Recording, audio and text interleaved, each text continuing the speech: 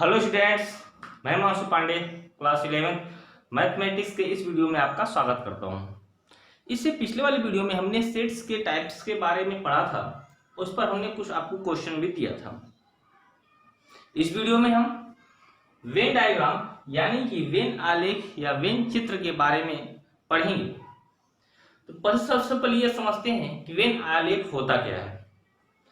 तो यदि किसी भी प्रॉब्लम को यदि ग्राफिकली दिखाया जाए, किसी भी प्रॉब्लम को यदि ग्राफिकली रिप्रेजेंटेशन किया जाए उसका, तो वह आसानी से समझ में आता है।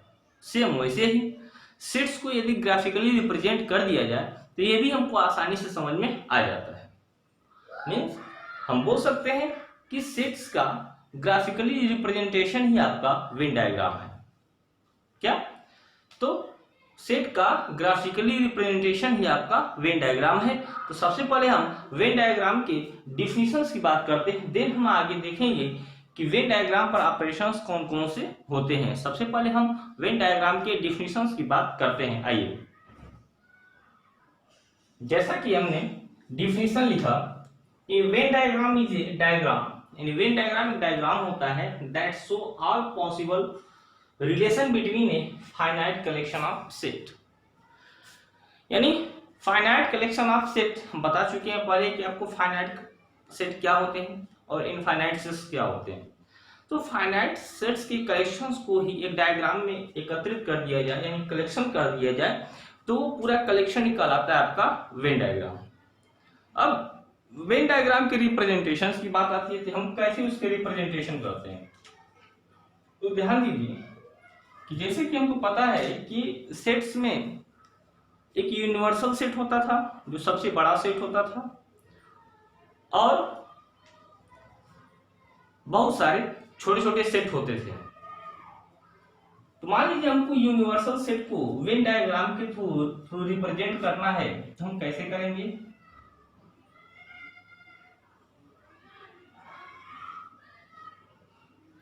रिप्रेजेंटेशन ऑफ वेन डायग्राम, ठीक है। तो जो यूनिवर्सल सेट है हम शो करते हैं, पहले हम यूनिवर्सल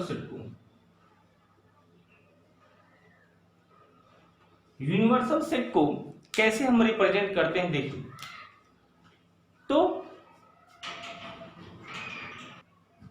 यूनिवर्सल सेट को रिप्रेजेंट करने के लिए हम एक रेक्टेंगल का यूज करते हैं,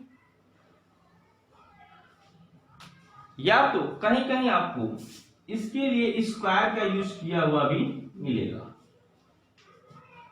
किसके लिए? यूनिवर्सल सेट यानी कि यू के लिए। क्लियर?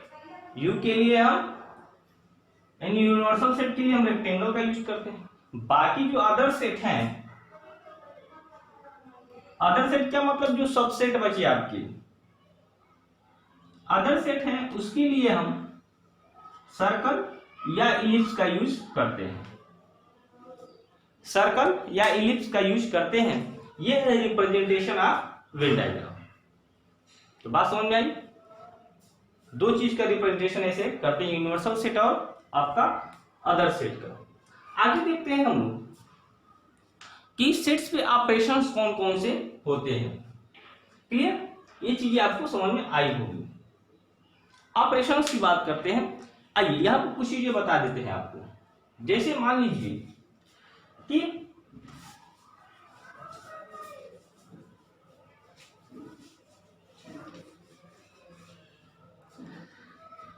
एक बड़ा सा ये यूनिवर्सल सेट है,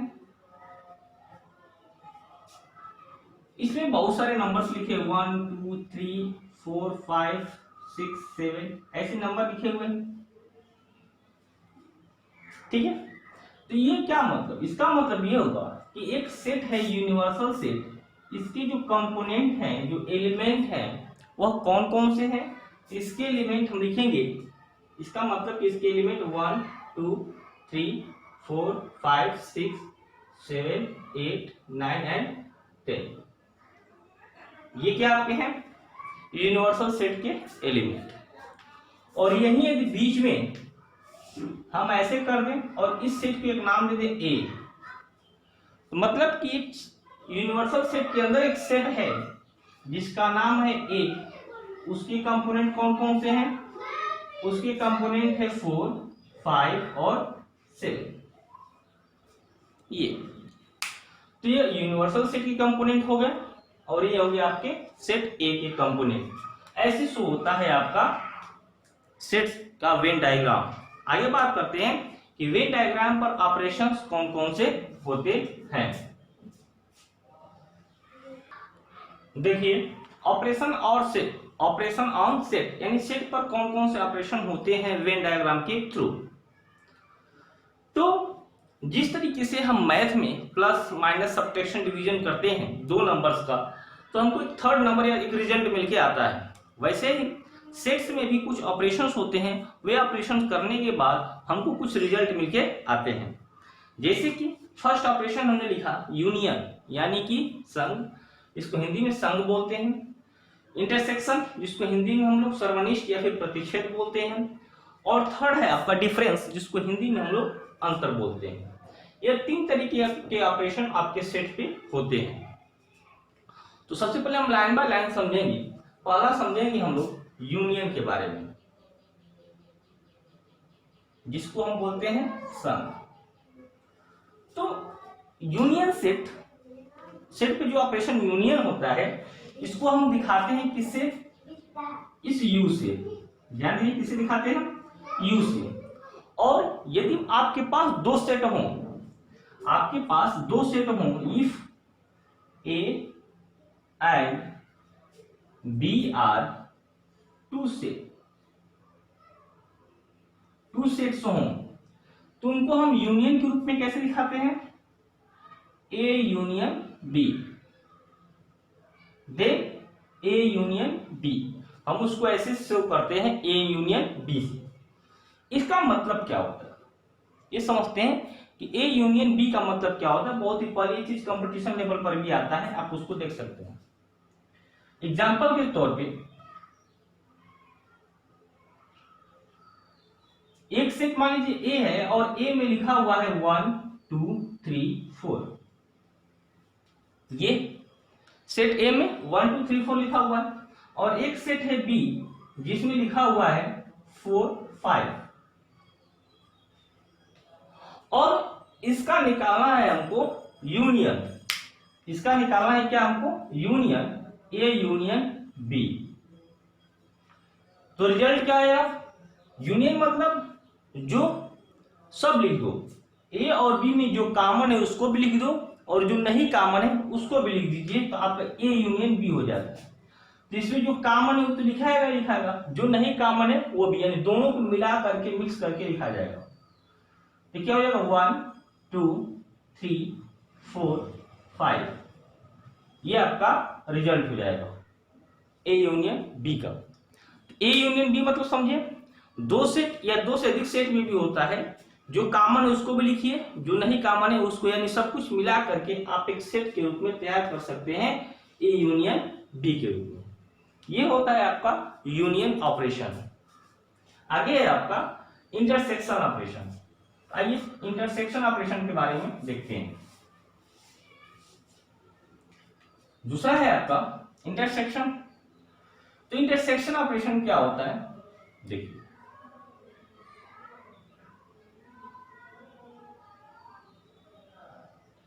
इंटरसेक्शन को हम शो करते हैं ऐसे, यू का सीधा उल्टा। इसको शो कैसे करते हैं? यू का उल्टा। तो इसमें भी दो सेट आपके पास है ए और बी, तो इसको इंटरसेक्शन के रूप में कैसे शो करेंगे? ए इंटरसेक्शन बी, ऐसे शो करेंगे। क्लियर? ए इंटरसेक्शन बी के रूप में ऐसे शो करेंगे। अब मान लीजिए इस पर क्वेश्चन एग्जाम्पल सॉल्व करते हैं। इसके लिए एग्जाम्पल दिया हुआ है a इक्वल टू 1 2 3 4 और b इक्वल टू दिया है 2 4 5 6 और हमको निकालना है क्या? a intersection b, a intersection b। तो क्या करेंगे? ए इंटरसेक्शन बी निकालना होगा तो क्या करेंगे हम, जो दोनों में कॉमन होगा, इससे पहले वाले में जो कॉमन था वो भी लिखते थे, जो नहीं कॉमन था वो भी लिखते थे, तो यहां पर क्या करेंगे, जो सिर्फ कॉमन होगा वही लिखेंगे। दोनों में क्या कॉमन है, 2 और 4, ये हो जाएगा आपका इंटरसेक्शन का आंसर। क्लियर। इससे पहले क्या बताए थे, इससे पहले हम बताए थे ए यूनियन बी का। अच्छा, थोड़ा इसका वेन डायग्राम समझ लेते हैं। वेन डायग्राम कैसे बनेगा, तो ए यूनियन बी के लिए वेन डायग्राम जो बनेगा ये ऐसे होगा। इसमें दो आपके सेट है, एक सेट ए है और एक सेट बी है। ये वेन डायग्राम बता रहे हैं इसका, इसका क्या है वेन डायग्राम। ये ए है और ये बी है, इसका यदि हमको ए यूनियन बी निकालना हो तो हम कैसे इसको लिखेंगे, यहां पर हम सबको ऐसे कोटेड कर देंगे। ये हो गया आपका ए यूनियन बी का Venn diagram. Clear. A union B का वेन डायग्राम, यहां इसका वेन डायग्राम बनाना, तो क्या करेंगे, ये दो हैं, ये ए है और ये बी है, इन दोनों में जो कॉमन था, तो कॉमन वाला पार्ट कहां है, ये बीच वाला, ये आपका है ए इंटरसेक्शन बी का वेन डायग्राम। समझ में आया। ये वाला बाहर वाला पार्ट आपका यू हो जाएगा। इसका वेन डायग्राम और भी कई तरीके से बनता है। कैसे, देख लीजिए। मान लीजिए ऐसे लिखा हुआ है और ए यहां है, बी यहां है, इसको हम ऐसे भी कर सकते हैं, ये भी हो जाएगा ए यूनियन बी का वेन डायग्राम। समझ में आया। तो ये यूनियन और इंटरसेक्शन में भी समझ में आया होगा कि यूनियन और इंटरसेक्शन में वेन डायग्राम कैसा होता है और उसके ऑपरेशंस को कैसे हम लोग सॉल्व करते हैं। आइए डिफरेंस की बात कर देते हैं। दो सेट के डिफरेंस की बात करना हो तो डिफरेंस मतलब क्या होता है, अंतर। इसको दिखाते हैं कैसे हम, माइनस से, जैसे कि शुरू से पढ़ते आ रहे हैं। इसको समझने के लिए मान लीजिए कि दो सेट हैं ए और बी, तो उसको डिफरेंस कैसे शो करेंगे, ए माइनस बी के तौर पर। इसका मतलब कि सेट ए में जो कंपोनेंट है वो सेट बी में न हो, सेट ए में जो कंपोनेंट है वो सेट बी में न हो। जैसे मान लीजिए ए इक्वल टू 1 2 3 4 दिया है और बी इक्वल टू दिया है 5 6 4, ये दिया है और हमको निकालना है ए माइनस बी। इसका मतलब सेट ए के वो एलिमेंट जो बी में नहीं है, तो कौन कौन से नहीं है, 1 2 3, ये आपके आंसर हो जाएगा डिफरेंस का। इसको वेन डायग्राम के थ्रू देखेंगे तो वेन डायग्राम के थ्रू कैसे हो जाएगा, ये ऐसे बना हुआ है, ये ए है, ये वाला आपका बी है। डिफरेंस निकालना होगा तो सिर्फ हम क्या करेंगे, ए वाले पार्ट को कलर कर देंगे, ये हो जाएगा आपका ए माइनस बी। यदि बी माइनस, ये हो गया आपका ए माइनस बी। यदि बी माइनस ए निकालना होता तो क्या करते, सिर्फ बी वाले पार्ट को कोटेड कर देते, ये हो जाएगा आपका बी माइनस ए। समझ में आई चीजें। अब आइए इसको थोड़ा इन सबको देखते हैं कि कैसे हम लोग रोस्टर फॉर्म और सेट बिल्डर फॉर्म में कैसे लिखते हैं, इसको पहले देखते हैं। तो यूनियन मतलब क्या था, यक्स सच दैट यक्स जो दोनों में हो, यही है। x such that x is belong to A or x belongs to B, ये हो जाएगा आपका यूनियन का।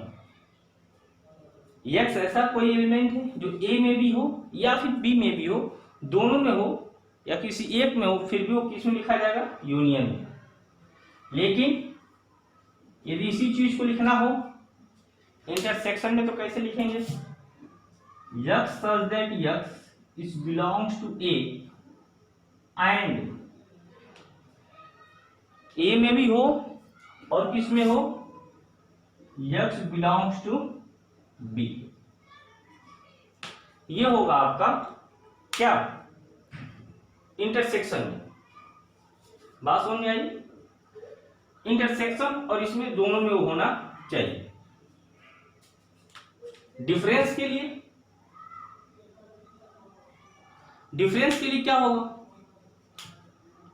x सच दैट x कोई एलिमेंट है जो कि A में हो, तो सेट हो A में हो, लेकिन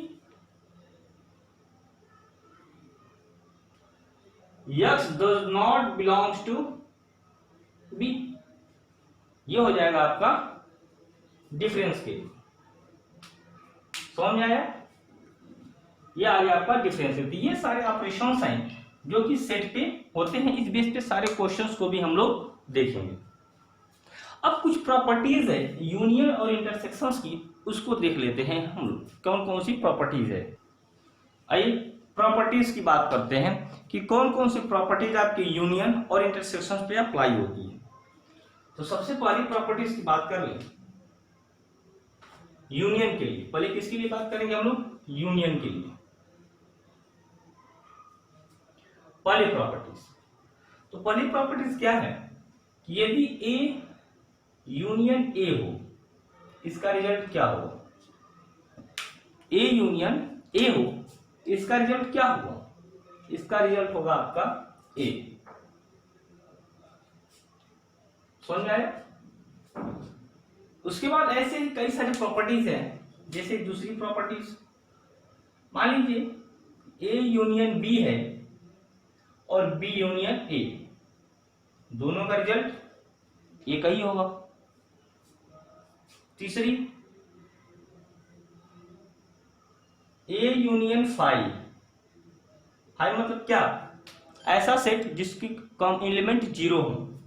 ए यूनियन फाइव की बात कर रहे हैं, इसका रिजल्ट क्या होगा? ए। और लेते हैं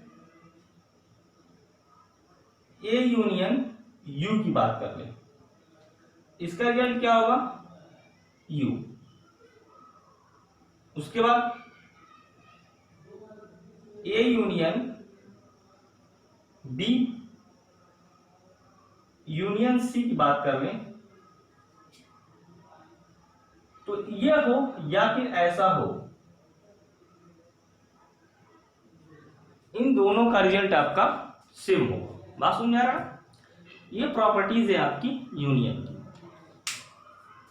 ये सारी प्रॉपर्टीज सेम, ऐसी प्रॉपर्टीज आपका किसका होगा? इंटरसेक्शन का भी होगा।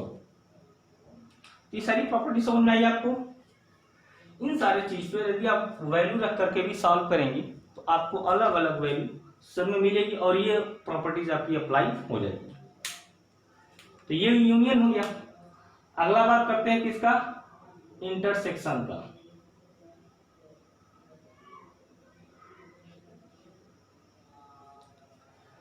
समझ में आया? ए एंड बी मतलब ऐसे कोई दो कंपोनेंट, ऐसा कोई जो दोनों में दोनों में से लिख सकते हैं, मिला करके मिक्सर करके ए होगा।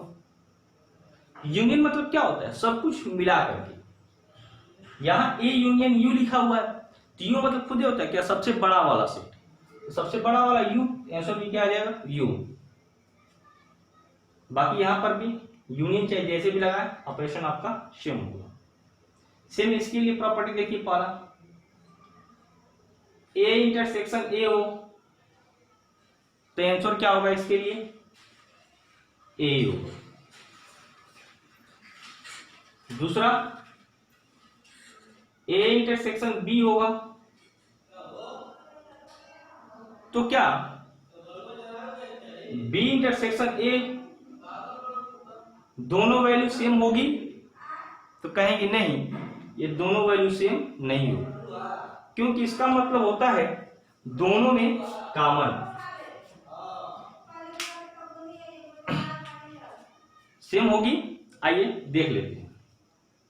मान लीजिए a इक्वल टू दिया हुआ है 1 2 3 और b इक्वल टू है 3 4 5। a इंटरसेक्शन b की वैल्यू क्या होगी? 3। या फिर b इंटरसेक्शन a की वैल्यू क्या होगी? 3। तो हम कहेंगे हाँ ये इक्वल होती है। आप ऐसे चेक भी कर सकते हैं। तो यहां पर ए भी वैल्यू अप्लाई होगी। नेक्स्ट देखते हैं तीसरा, ए इंटरसेक्शन 5। बताइए क्या होगा? तो ए इंटरसेक्शन 5 में वहां ए था, लेकिन यहां ऐसी वैल्यू चाहिए जो दोनों में हो। तो 5 मतलब क्या? इसमें एक भी कंपोनेंट ना हो, एक भी एलिमेंट ना हो। एक भी एलिमेंट यहां भी नहीं हो सकता है और आपका यहां भी नहीं हो सकता है। तो इसका जो आंसर हो जाएगा आपका 5 हो जाएगा। फोर्थ बात करते हैं, ए इंटरसेक्शन यू। इसका आंसर क्या होगा आपका? छोटा वाला यानी ए। जो छोटा सेट होगा वही आंसर होगा आपका इंटरसेक्शन में। पांचवें की बात कर ले तो पांचवा वाला इसमें ऐसे अप्लाई नहीं होगा, सॉल्व करके ही पता कर सकते हैं। तो ये ऑपरेशन होते हैं आपके। अच्छे एक और देख लेते हैं। चलिए ए इंटरसेक्शन 5 हो गया, सब कुछ हो ही गया, बस इतना ही। यहां पर हम इसको ऐसे बता सकते हैं। अच्छे एक और देख लीजिए, मान लो A intersection B intersection C, ऐसे। तो ये कैसे होगा? A intersection B intersection C. हम ऐसे इस प्रॉपर्टीज को शो कर सकते हैं। यहां पर हर प्रॉपर्टीज को एक पार्टिकुलर नेम भी दे सकते हैं, जैसे कि ए यूनियन बी, ये वाली प्रॉपर्टी है, इसको हम लोग बोल सकते हैं वर्गसम नियम हिंदी में, और इंग्लिश में बोल सकते हैं एडॉम्टेंट लॉ। एडॉम्टेंट लॉ इसको बोल सकते हैं कम्यूटेटिव लॉ। इसी के 7-8 में आप चीजों को पढ़ चुके हैं, तो यहां पर बोल सकते हैं उसको हम लोग क्या? Commutative law. ठीक है, आगे है, इसको बोलते हैं हम क्या? Associative law. क्या? Associative law. ये सारी चीजें आप लोग पिछले क्लास में पढ़ चुके हैं। 7 या 8 में सारी प्रॉपर्टी आपको मिली होंगी। ये नाम मिला नाम, भले यहां पर अलग चीजें दिखाई दे रही हैं। ठीक है ना? ये चीजें हैं आपकी। तो ये प्रॉपर्टी है आपकी सेट यूनियन और इंटरसेक्शन की। आइए कुछ और आगे चीजें जानने की कोशिश करते हैं कॉम्प्लीमेंट के बारे में। कॉम्प्लीमेंट आपको बता चुके हैं पहले ही।